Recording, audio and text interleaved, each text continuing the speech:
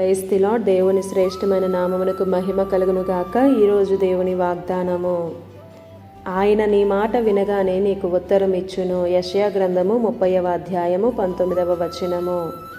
ఈ ఉదయకాల సమయంలో ప్రార్థన ఆలకించువాడైనటువంటి దేవుడే మనందరితో మాట్లాడుతున్నాడు. ఆయన అనగా తండ్రి అయినటువంటి దేవుడు నీ మాట వినగానే నీకు ఉత్తరం ఇచ్చును అని. మన దేవుడు మన మీద దయ చూపేవాడు, కనికరించేవాడు, ఆదరించే దేవుడు. మన మాట వినగానే ఉత్తరం ఇచ్చే దేవుడు. అలా ఇవ్వాలి అంటే ముందు మనం మనసు విప్పి ఉన్నది ఉన్నట్లుగా చెప్పాలి దేవునికి. హన్నా మనసు విప్పి తన బాధ, వేదన అంతా దేవునికి చెప్పుకుంది. దేవుడు తన మాట విని జవాబిచ్చాడు. ఆయన కొరకు కనిపెట్టే అనుభవం కలిగి మనం జీవించాలి. వాక్య ప్రకారం నీతిమంతుని వలె జీవించాలి. నోవాహు వలె నీతిగా బ్రతకాలి.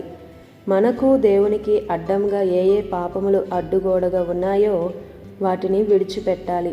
మూర్ఖపు స్వభావముని కూడా విడిచిపెట్టేయాలి. అప్పుడు నీ మాట పరిశుద్ధముగా, మాట తడబడకుండా సమాధానకరమైనవిగా, విశ్వాస సహితమైన మాటగా ఎప్పుడైతే ఉంటుందో అప్పుడు తప్పక దేవుడు మనందరి ప్రార్థనలకు జవాబిచ్చుటకు సిద్ధంగా ఉంటాడు. నోరుంది కదా అని మాట్లాడేస్తే ప్రతి మాటకు, ప్రతి క్రియకు దేవుని దగ్గర లెక్క అప్పజెప్పవలసి ఉంటుంది.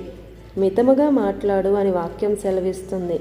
వినడానికి మనం వేగిరపడాలి. మనం చేయాల్సింది చెయ్యకూడనివి చేస్తాం. అక్కడే మన ప్రార్థనలకు జవాబు పొందుకోకుండా అడ్డుగోడలు ఏర్పడుతున్నాయి. ఆలోచించు ప్రియ సహోదరుడా, సహోదరి. ఈ దిన వాగ్దానం మనందరి జీవితాలలో నెరవేరాలని కోరుతూ దేవుని సువార్త పరిచర్యలో మీ సహోదరి Prasanna. God bless you. Amen.